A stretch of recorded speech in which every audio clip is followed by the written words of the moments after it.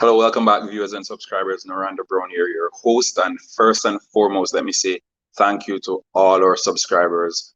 We recently got past that 500 subscriptions mark, and we couldn't have done it without you. Please leave a comment, like, share, tell a friend to tell a friend.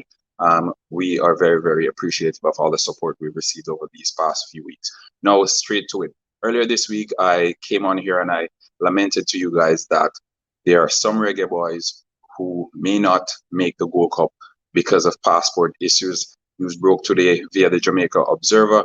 Roy Simpson, he gave a full-on interview with the details of what's happening with the Reggae Boyz. Amari Bell, Casey Palmer, Dylan Barnes, they may meet the Monday deadline. By Monday, they need to submit a 60-player provisional squad. Essentially what this is all the players who are in contention, the documents submitted, etc., etc. So if you're in contention to play at the Gold Cup, your documents should be submitted by Monday. If those documents aren't submitted, chances are we won't be seeing you come Gold Cup at the beginning of July. The confirmed names that I received are Cousins, Tilt, Pinnock, Low, Roof. Today we received that, as well as Ravel Morrison. He's confirmed. Blair Turgot and Liam Moore. They already have their passports. However, there are some persons who they may not make the 2020 Gold Cup for Jamaica. Unfortunately, one of those players is Andre Gray. Andre Gray, as we know, he's had 2 appearances for the Reggae Boyz team so far. He scored in one and he had an assist in one, which shows the quality player he is. He's had over 300 appearances at the club level, and coming into this Reggae Boyz setup, we were expecting great things. I think personally he's one of my favorites of all the additions that we got on board recently. And should he not make that 60-man provisional squad by Monday, it will be definitely heart-wrenching, especially for me. Wes Harding as well, he had a remarkable game earlier in the week against the Serbian team, and I was blown away at the composure of this youngster. Still only 24 years old. A lot to come from him in the future, and I think he gave a great account of himself on his debut. Sadly, he may not make that Monday deadline as well. Now, Roy Simpson indicated that he was on the phone with the Passport, Immigration and Citizenship Agency in Jamaica, tirelessly trying to get these players' documents in time. We still await to see the outcome of that, but I'm still keeping my fingers crossed, because until Monday, we won't be saying anything conclusive, because that's when the squad will be submitted. What I can assure you, though, is that Mikel Antonio, he won't be making the Gold Cup squad, as most of you may have assumed prior. Primary reason, he needs to be there in person to sort out the documents, and currently he's on vacation with his family in Greece. I know we bash the JFF when they deserve bashing most of the times, but I have to say hats off to them in this case. They are indeed putting in the work, and we may say it's last minute and they're leaving it late, but better late than never. I really do hope Andre Gray will be able to make the cut by Monday. Today is Thursday, still 4 days to go. We know the Passport Immigration Office, they're closed on the weekend, so hopefully we can get that in by Friday, or they can do a little bit of overtime to get the documents sorted out over the weekend.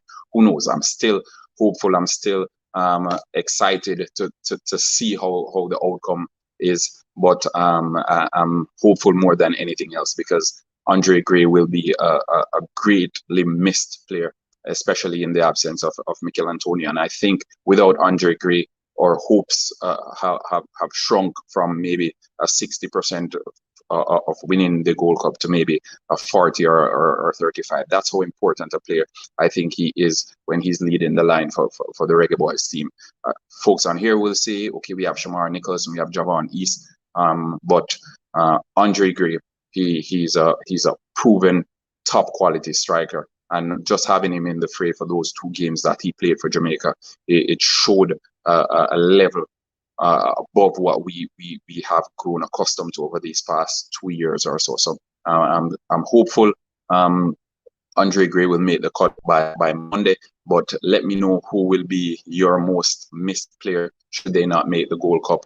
I know the list is very, very small of the players who might not make the cut by Monday. Wes Harding, as I said before, they're racing against time to get him in there, but I think he too is a very good player and a very promising player, and he has a lot to offer the team.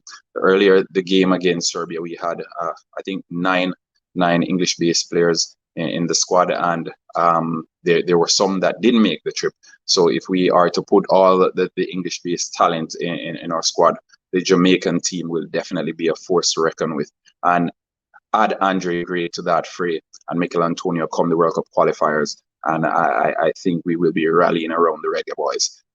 Andre Gray, I hope everything works out. Big fan of yours. And as I said before, the Jamaica Football Federation, they're burning the candles at both ends. They're leaving it a little bit late, in my opinion, but still it shows that some effort is being done in order to get this one wrapped up and over the line.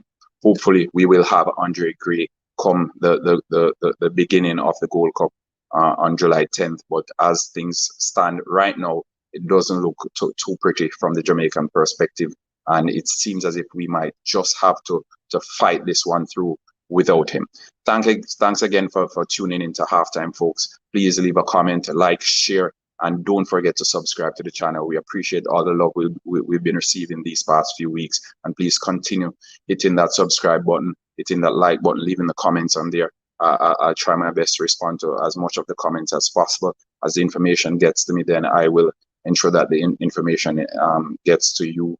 And thanks again. We appreciate you. Take care.